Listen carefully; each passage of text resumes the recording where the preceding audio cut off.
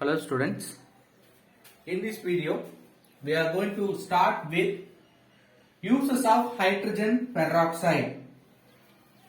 We have seen in the previous video preparation and chemical properties of hydrogen peroxide.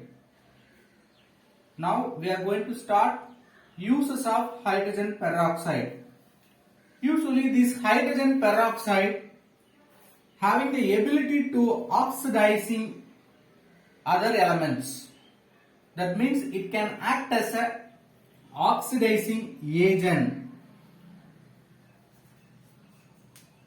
Even though it is oxidizing agent which producing harmless products. What are the products it may give? Oxygen, hydrogen. Like harmless products it will form. Due to its nature, we can use in many applications. Small amount used in treatment for water. That means water treatment. We will use chlorine powder or bleaching powder. Like we can use H2O2 also to oxidize pollutants. So, which oxidize the pollutants. By oxidizing, we can remove the pollutants. That's why we can use as a bleach in water. Then in textile industry and paper industry,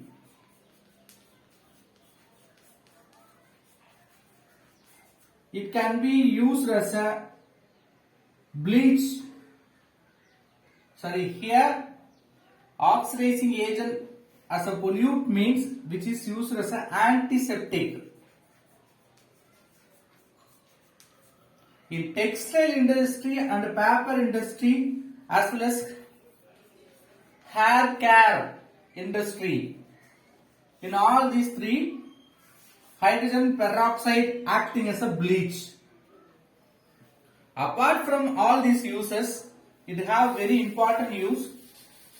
Old paintings, old white paintings, usually old white painting, old white, that is also important.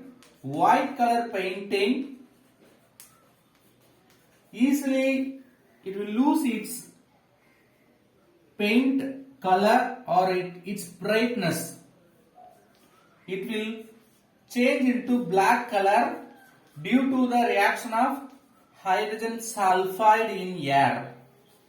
So the old painting, white color paintings reacting with hydrogen sulfide in air, it becoming black color.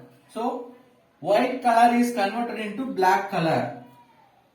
We can restore the white color by using hydrogen peroxide. Actually, that white color is nothing but white pigment. We can give molecular formula for white pigment. Lead hydroxide with carbonate, Bb3, OH twice, CO3 twice. Lead hydroxide and carbonate combination only used as a white pigment. This is only the chemical used as a white paint. That white paint, this chemical only reacting with hydrogen sulfide in air, it form black color due to formation of lead sulfide, BBS.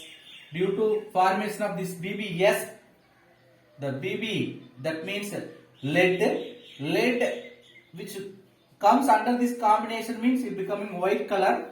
We are using as a paint. After painting, if you leave it for a long time, it will react with air. Air contains some amount of hydrogen sulfide gas.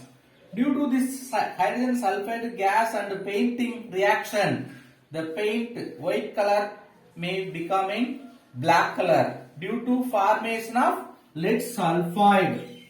Now the lead sulfide again we can convert into lead sulfate. Due to this conversion, we can restore the white color. So what is the reaction?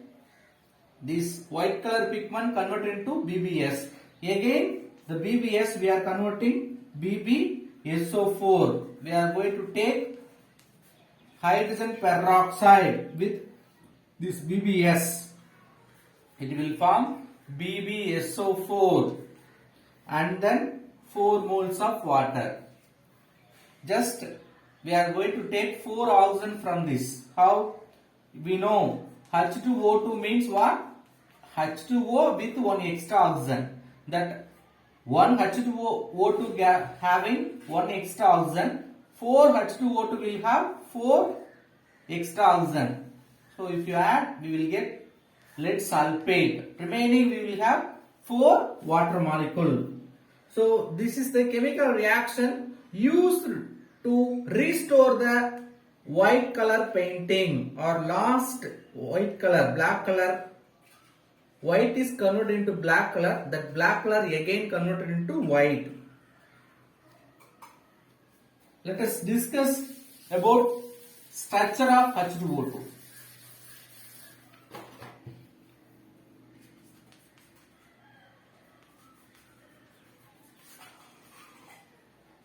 Actually, we have two type of H2O2. Two type in the sense based on the physical state. Gas phase in gaseous state. Sometimes it is present as a solid also. So both having skew form. In isomerism, we may study about skew conformation. What do you mean skew conformation? Which is not directly present, which is slightly changed their angle. Or in detail, skew form we will study in 12th. Okay, so skew conformation is present in gas phase as well as solid phase of hydrogen peroxide. Why they are forming skew form? There is a reason. The repulsive force due to OH bond with lone pair of electron in oxygen. The lone pair electron in the oxygen and OH bond repulsion only bring this skew conformation. If you draw the structure, you can understand. Actually, there is a hydrogen. There is another hydrogen. H2O2. Okay. Now this is OH bond. Okay. That OH bond is repelled by the lone pair electron in the oxygen. So we have two OH bonds. That OH bonds with lone pair electrons on each oxygen atom having repulsion. The bond and this bond means what? Chemical bond is nothing but made up of 2 electrons. So, 2 electrons in the bond, lone pair electron in the oxygen. Both are electrons. Electron, negative charge. Both same charge means definitely it will repel each other. Due to this repulsion, they are forming this skew conformation. It is also smallest molecule. It is very smallest molecule. So smallest means again we can see the repulsion.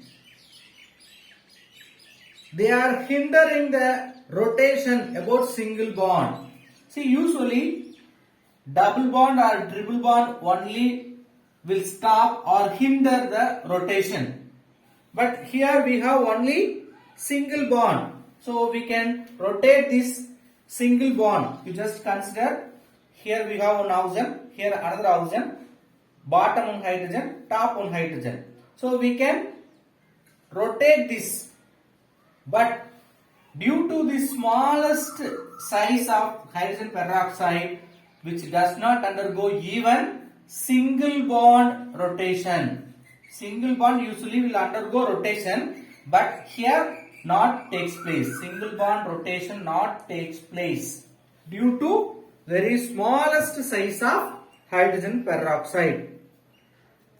Let us discuss that bond angle by comparing gas phase and solid phase.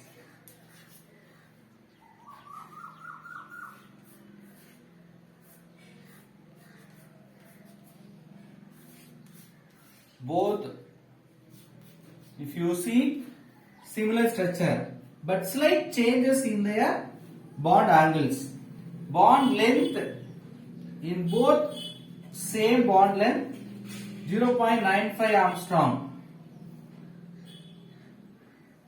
Sorry, here bond angle, bond length 0.95 Armstrong, but here 0.98 Armstrong. So compare with gas, solid state bond length between hydrogen oxygen is increased.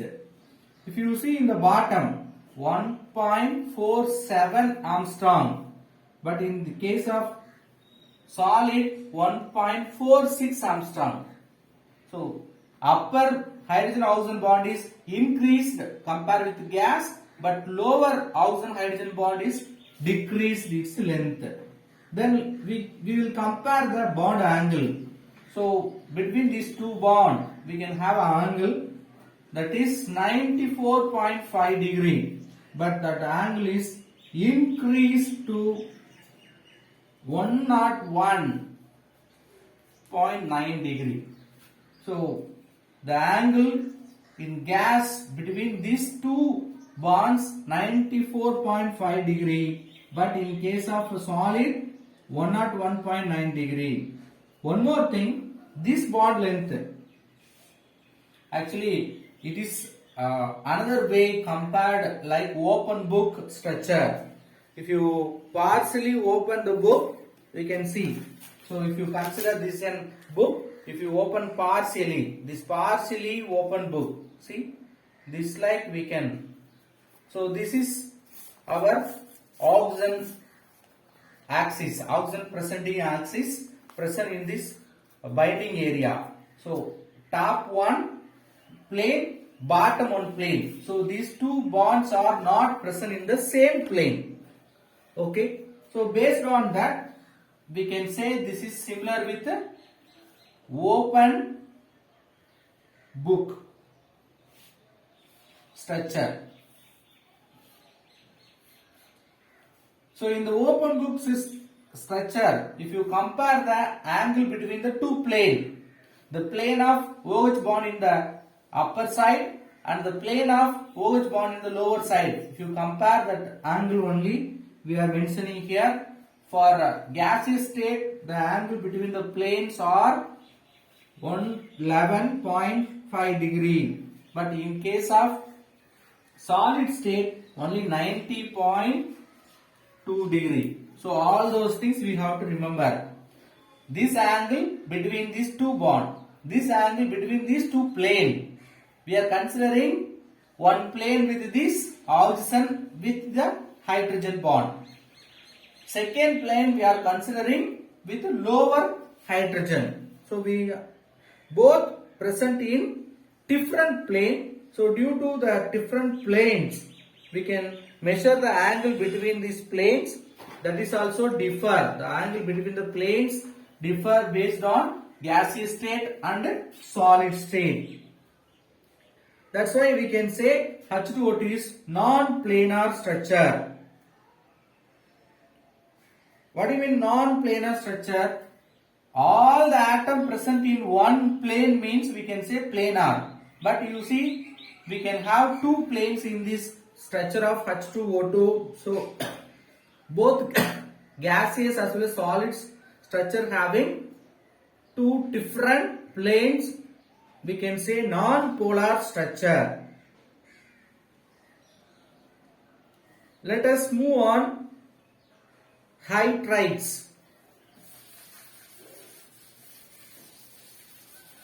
Another topic, hydrides. Beginning of this lesson we may study about hydrides. Hydride means very simple, hydrogen with minus charge. Wherever hydrogen comes, as a compound with H minus, we can say they are hydrides. So in this hydrides topic, we can see what are the types of hydrides. Usually hydrogen forming binary hydrides. What do you mean binary? From the name we can say bi means two. So one is hydrogen, another one X atom. They are combining and forming the hydrides. That X may be metals, sometimes non-metals. So depends upon their nature of bond forming, we can classify the types of hydrides. This hydrogen also sometimes form trinary hydrides. Tri means how much? 3. So one is metal and one is hydrogen. Then there is a and B. Binary means made up of two elements. One is hydrogen, another one is X. It may be metal or non-metal. Then trinary hydrides also possible. In that one is hydrogen, remaining we can name AB like that. So overall, trinary hydrides, only two trinary hydrides we can write. One is lithium boron hydride. The second one is lithium aluminum hydride. So these are the very important trinary hydrides. Let us move. What are the classification of hydrides based on their nature of bonding? Whether it is forming covalent bond or ionic bond or metallic bond, we can classify the hydrides, ionic hydrides, covalent hydrides, then metallic hydrides.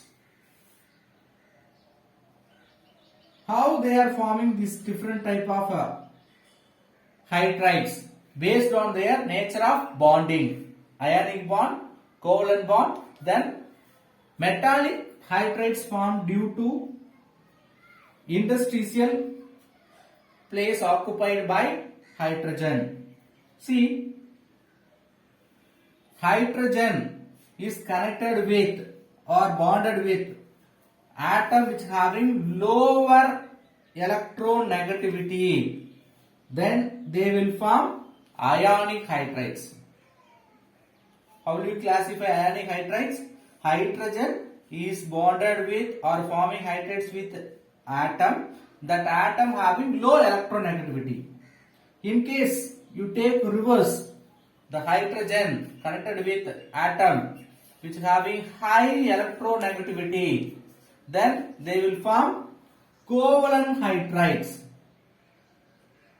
So these are the two important ideas we can have to classify ionic and covalent. But metallic entirely different due to interstitial position occupied. They are forming metallic hydrides.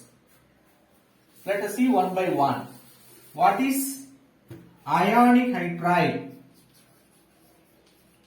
Ionic or saline hydrides.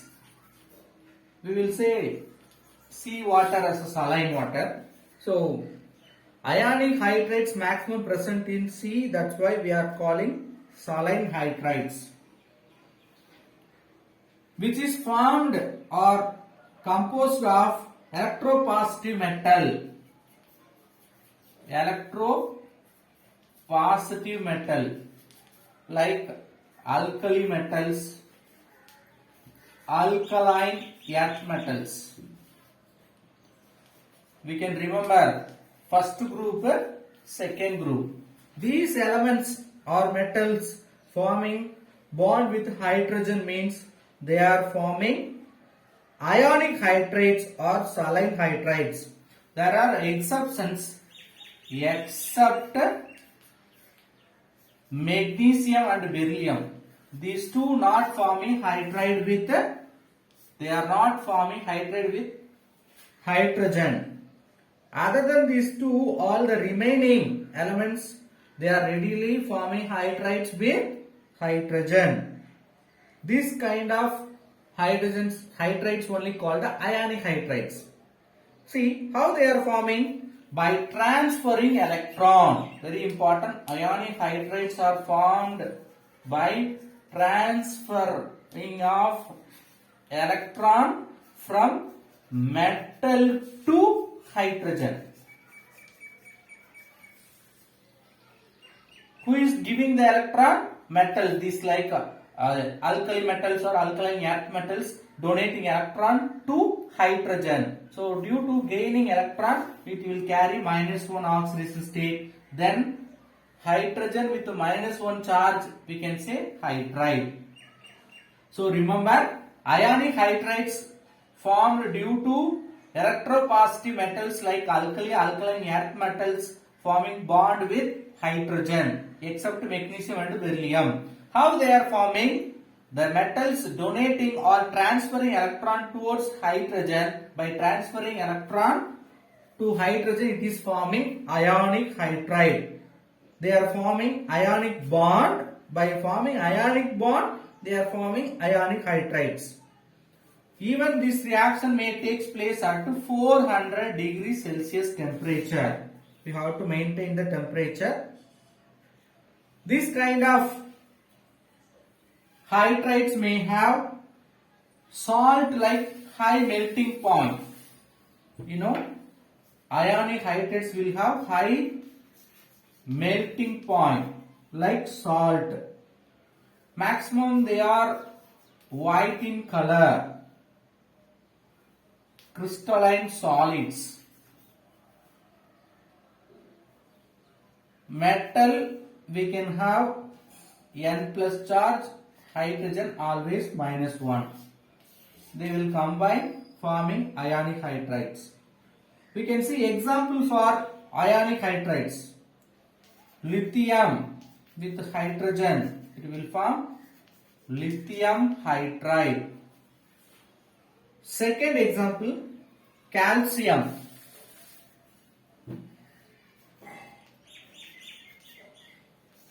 Calcium with hydrogen.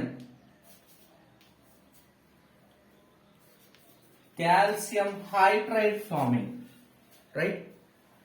So metal will transfer electron to hydrogen, then they will form ionic bond between them. That's why that hydrides are called ionic hydrides. The second type of hydride, covalent hydride.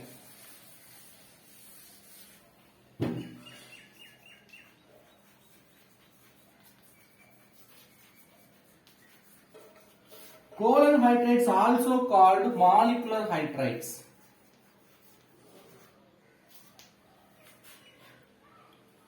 Usually they are formed by hydrogen attached to another element by sharing electron. Hydrogen with some other element.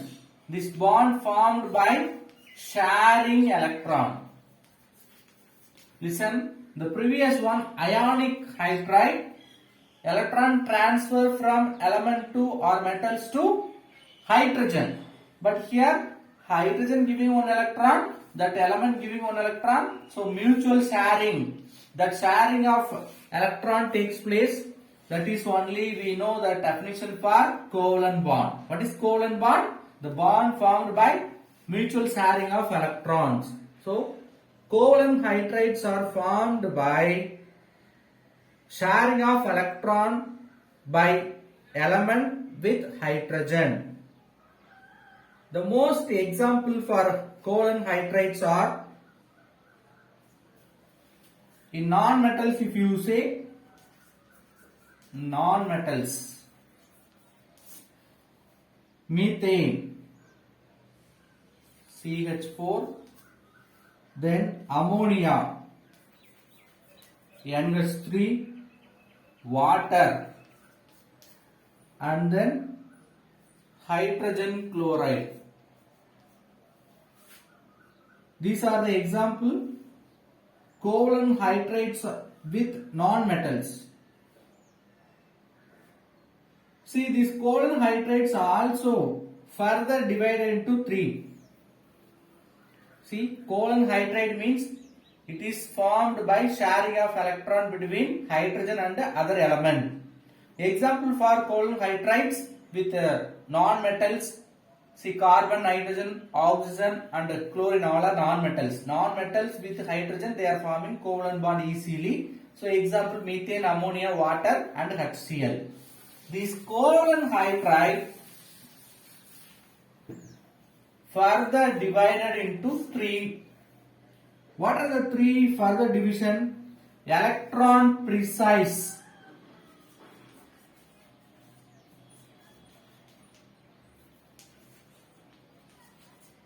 Example for electron precise covalent hydrides, CH4, that means methane, ethane, silicon hydride, germanium hydride. All are mutual sharing. Accurately, each one giving each one electron. That means mutual sharing, electron precise. Then electron deficient. Electron rich we can write simply electron rich. Rich means they are having more electron. Electron rich hydride examples NH3. Ammonia will have excess of electron. Then water, oxygen having lone pair electron. Overall, if you see these molecules having excess of electron, that's why we are calling electron rich covalent hydride. The last one, electron deficient.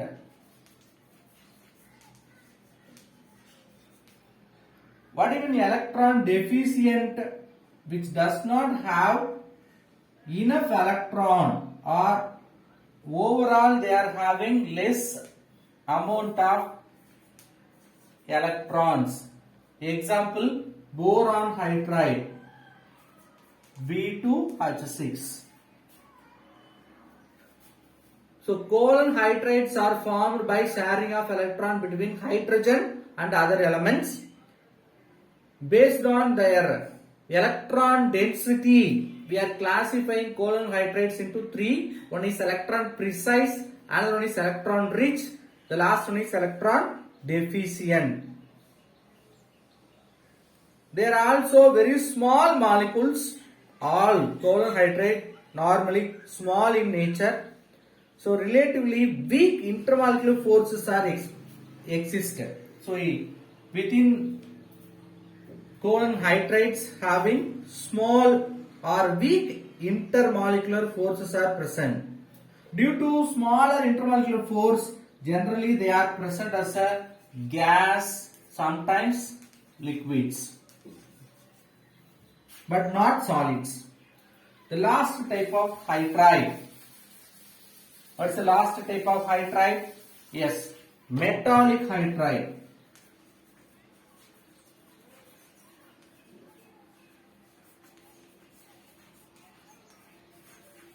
This metallic hydride is also called the interstitial hydride. So in solid state, we will study about interstitial. That means in crystals, atom may arrange in regular manner. In between the atom, we may have the small gaps. They are called voids or interstitial site. So in the interstitial site, hydrogens are occupied, means that kind of metal or alloys called metallic hydride. So this is maybe metal or alloy.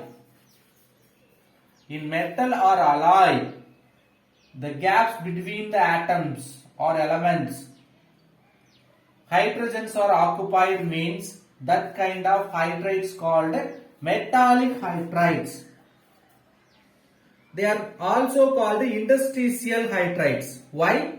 The hydrogen occupied in the interstitial site. So we can call it metallic hydrides, also interstitial hydrides. But these hydrides having properties of metals, not with hydrogen. See, overall character or properties, if you see, the metal may be made up of copper. For example, I am saying.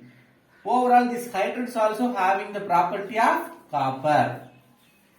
So due to addition of extra hydrogen in the interstitial position, they are not changing any properties. See, hydrogen occupied in the interstitial site, so we can say interstitial hydrides. But overall they are having metallic property, so we can call metallic hydrides. But important thing, they are non-stoichiometric in nature. Non-stoichiometric.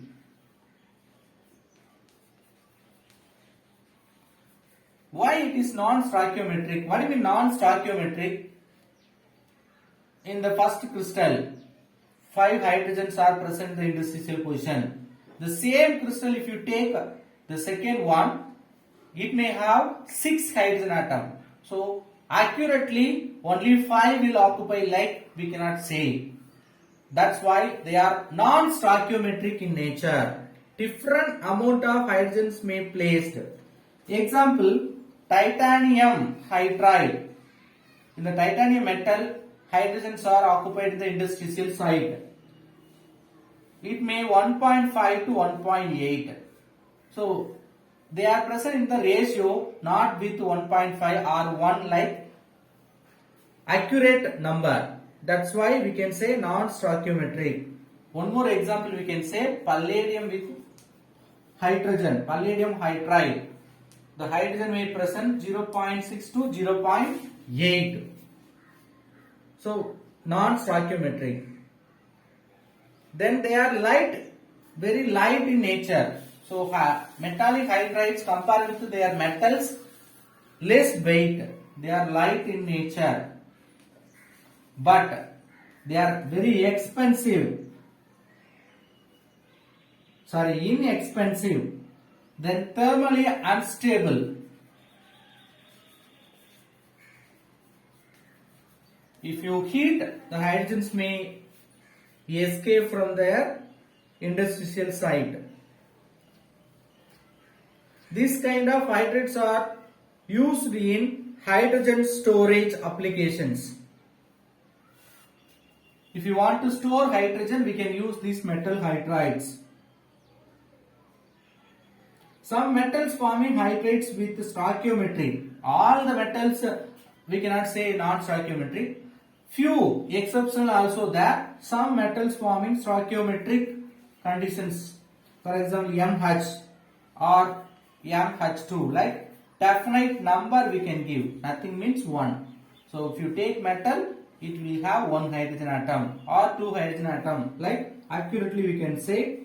Example that M may be titanium, zirconium, hafnium,